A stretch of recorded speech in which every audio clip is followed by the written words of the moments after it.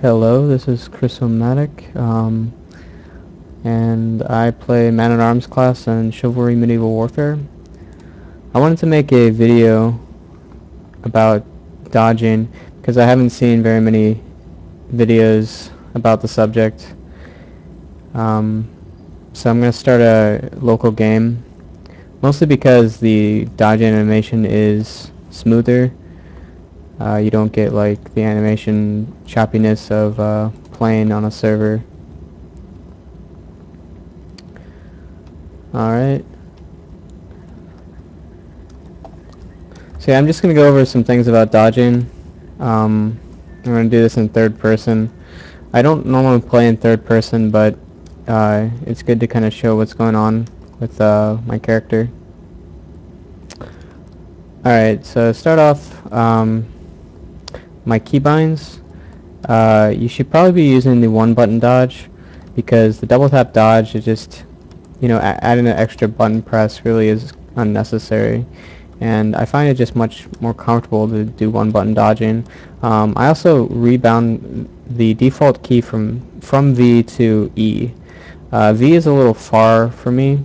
It's also right next to the C key, which is my taunt key, and you don't want to hit that key. It's like instant death if you use it during battle. So I made it E. E is usually the use key, but I rebound my use to R because I don't use R. I don't need to use reload as a man-at-arms. Anyways, let's kind of start off here.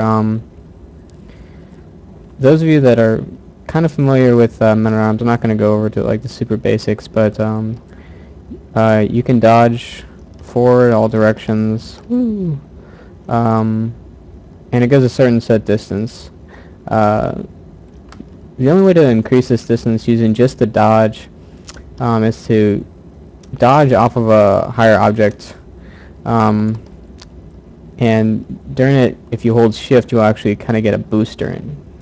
So if you hold shift, you'll kind of like fly off of it a farther distance.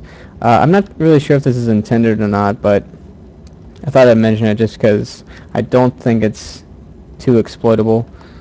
Sure, you can leap onto your enemies. It's kind of funny, but it doesn't, it's kind of silly most of the time. Alright, so there are certain cases, certain actions you can do that actually you can't dodge during. So, for example, I can't dodge during sprinting. I can't dodge while I parry during the active parry frames, and I also can't dodge during the release of my attack. It won't let me, and you kind of see there a little bit. Actually, let me go in first person to kind of do this better. Yeah, as the attack's coming out, I can dodge right after the attack finishes, but until that point, I can't dodge at all. So the system doesn't want you to do those things simultaneously. It doesn't want you to sprint or parry or attack, be an active release during attack while you dodge. But some interesting things happen if you try to do those actions after during a dodge. The game will actually try to correct it some way. So to start off, if you try to parry during your dodge, you'll see that it kind of pulls me back. You get this rubber banding effect, which is all bad. And notice that it also drains stamina for the dodge, even though it basically cancels your dodge. You don't go anywhere. But so that's pretty much always not good, and you want to avoid doing that whenever possible. But if you time the release of your attack during a dodge, something interesting kind of happens here. So if I dodge and then attack, I go kind of like the full distance, and you'll notice that I get that little boost at the end.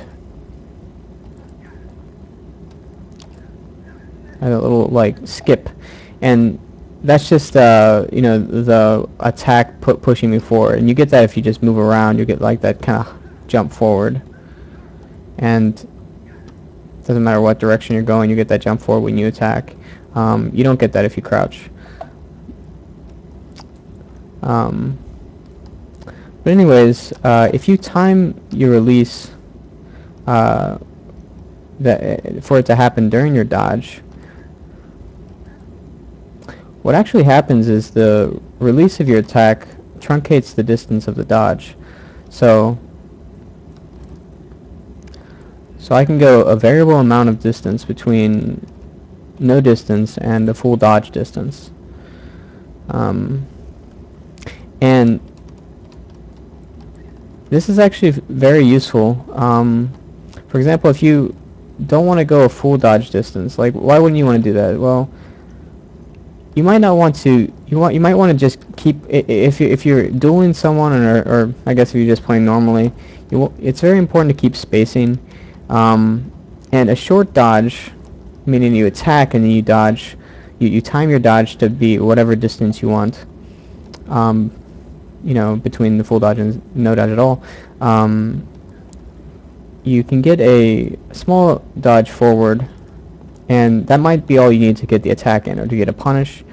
For example, if you're right outside like your opponent's reach, and you're doing like the controlling spacing, and you're doing like the stab and footsies and all that, you want to and you want to get just in reach to hit them. You can start up your stab and do it almost instant dodge forward to go slightly forward and to poke them, and it'll come so fast at them that they might not be ready to parry your attack because they think you're out of range. So that's very useful. It's also very useful to maybe do the back dodge.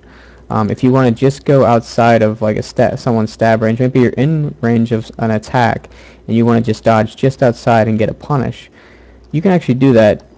It might be kind of tricky to pull off, but if you do a small dodge backwards and you can move back in after it to get your punish.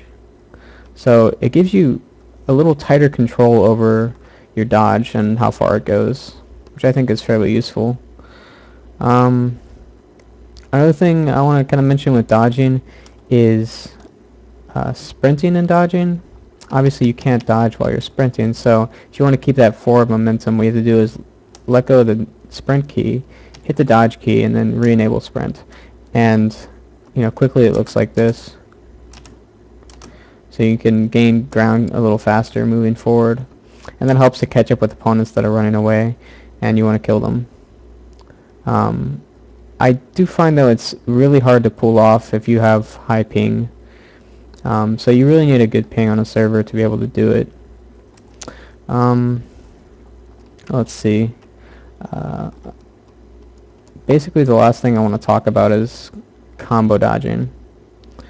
And that's basically when you do a combo and you interlace dodges in between them. And that's useful for putting on pressure to your attacks, you know, trying to get around your opponent's shield.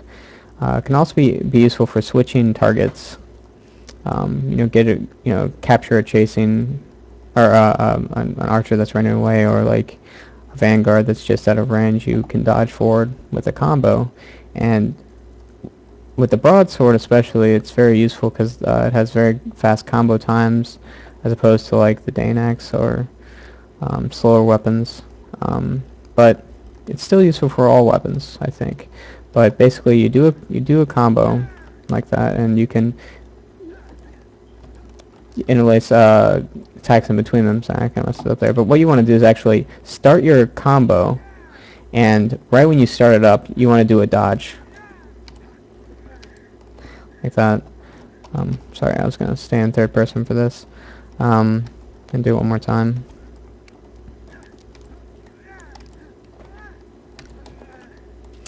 And keep in mind that, like, as you're doing that, the same release properties happen. So if I can still time my dodge so that it truncates with the release of my swing, and that still might be useful if you're doing combo dodging.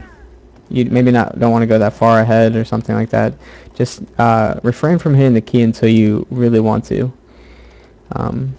It's also important to keep in mind that you don't do your dodge near the end of your swing, because then you won't go anywhere. You might go no distance, or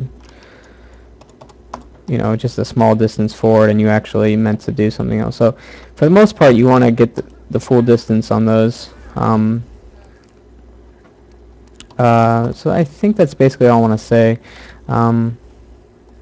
Except in general, maybe talk about how I dodge during battle. Back dodges are primarily the direction I dodge. It's very good for getting spacing back. You can get out of the range of weapons. Against good players that know how to deal with that kind of stuff, they might run toward you, feint you, and try to catch you, which is no good. They might try to force a parry, which would end up you wasting your dodge, and you'll get rubber banded if you do those two together. So I don't think back dodging is always good. Some people just chase you down. They do slashes, and they know how to deal with that. And you run out of stamina very fast in that case. So what I normally like to do is side dodges. Sometimes they're kind of dangerous. You gotta wait for the attack. It's easiest probably to side dodge an overhead, depending on the weapon. Some overheads can be dragged around almost to 360 and catch you. But in the cases of slashes still, I do like to side dodge against those sometimes. Depending on the direction of the slash, you can actually delay the connection of it. So they're trying to hit you, and then you side dodge, and they have to drag it even further to connect it with you. And during that time, you can actually queue up an attack, side dodge, and have your attack hit them before they can make contact with you. And that might be just enough to finish off the opponent if they're so you won't get the trade. You can hit them a little sooner. Stabs are kind of hard to side dodge against, because it goes from one side of their screen, from their right side usually. So you want to dodge the opposite way of that. So you want to dodge to your opponent's left side, in the case of stabs for the most part. But it's mostly a reactionary thing, because it's really hard to do that, decide which direction you're going to dodge on reaction. Because if they do an alt swing and catch you, then you're screwed if you were dodging in that direction. Yeah. Anyways, I think that's about it. It's going to do it up for this video. I hope you guys learned something. Hope you found this helpful, and thanks for watching.